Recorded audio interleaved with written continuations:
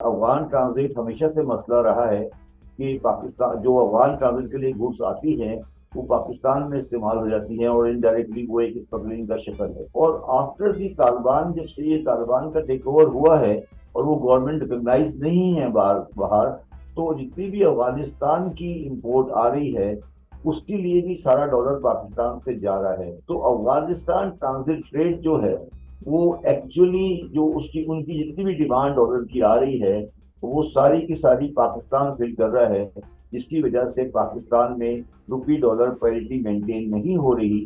اور گورنمنٹ نے جو ایکشن لیا ہے یہ گورنمنٹ کی مجبوری تھی, کیونکہ پاکستان کا ڈالر جو ہے اس کی صحیح ویلیو 250 سے 275 کے درمیان میں ہے, اور وہ اس پرابلم کی وجہ سے 300 سے کراس کر دیا تھا اور پاکستان کے عوام کو سڑی نقصان ہو رہا تھا.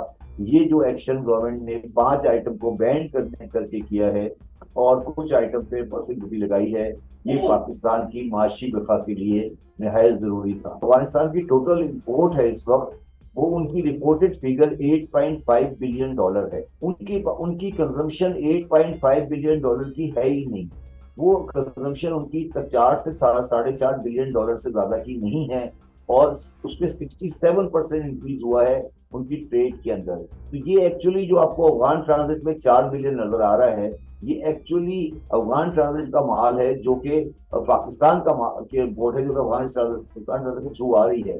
اگر یہ سارا نہیں آئے گا تو یا تو یہ لوکل انڈسٹری میں پروڈیوس ہوگا جو کہ ڈاکومنٹڈ ہے, یا پھر اس انڈاکومنٹ سے غائب ہو جائے گا. تو پاکستان کی جو ڈاکومنٹڈ اور ٹیکس اکنامی ہے وہ 20% سے امپروو ہو جائے گی, اور ہمارے انڈائریکٹلی ہمارے پاس 4 بلین ڈالر کی ایکسس اویلیبلٹی ہوگی. جو ڈالر پاکستان آنا چاہیے تھا وہ اس کھاچے میں نہیں آیا. میں بھی چیئرمین ایف بی آر رہا ہوں, میں تو ہمیشہ سے میرا کوئی جھگڑا ہی ریٹیلر کے ساتھ ہوا ہے. پاکستان کے یہ جو بزنس مین ہیں جو کہ ایکچولی میں ان کو اسمگلر ہی کہوں گا اگر وہ افغان ٹرانزٹ ڈیل کرتے ہیں, اگر وہ افغان ٹرانزٹ گڈس میں اور ان کا اتنا بڑا شٹل پاور ہے کہ کوئی بھی گورنمنٹ ان کے سامنے کھڑی نہیں ہو سکتی.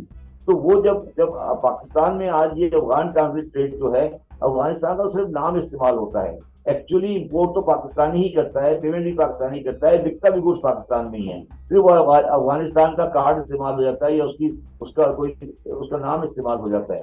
تو اور اس کے پیچھے پاکستان کے پورے ٹریڈ مافیاز ہیں, پوری پاکستان کی ٹریڈ لابیز ہیں, اور سیاسی پارٹیوں کی ان کی سپورٹ حاصل ہے, اور ان کو تو سیدھا کرنا پڑے گا. اب پاکستان کی گورنمنٹ کو یہ ڈیسائیڈ کرنا ہے کہ پاکستان کو چلانا ہے یا ان بازاروں کو جو اسمگل گڈ سے بھرے پڑے ہیں ان کو چلانا ہے. یہ فیصلہ پاکستانی قوم کا, پاکستانی اسٹیبلشمنٹ کا, جنرل ناصر منیر کا ہے. فیصلہ کر لیں وہ کیا چاہتے ہیں, چیزیں بالکل واضح ہیں. مزید نیوز اپ ڈیٹس اور ڈیجیٹل سٹوریز کے لیے سبسکرائب کریں ڈان نیوز پاکستان.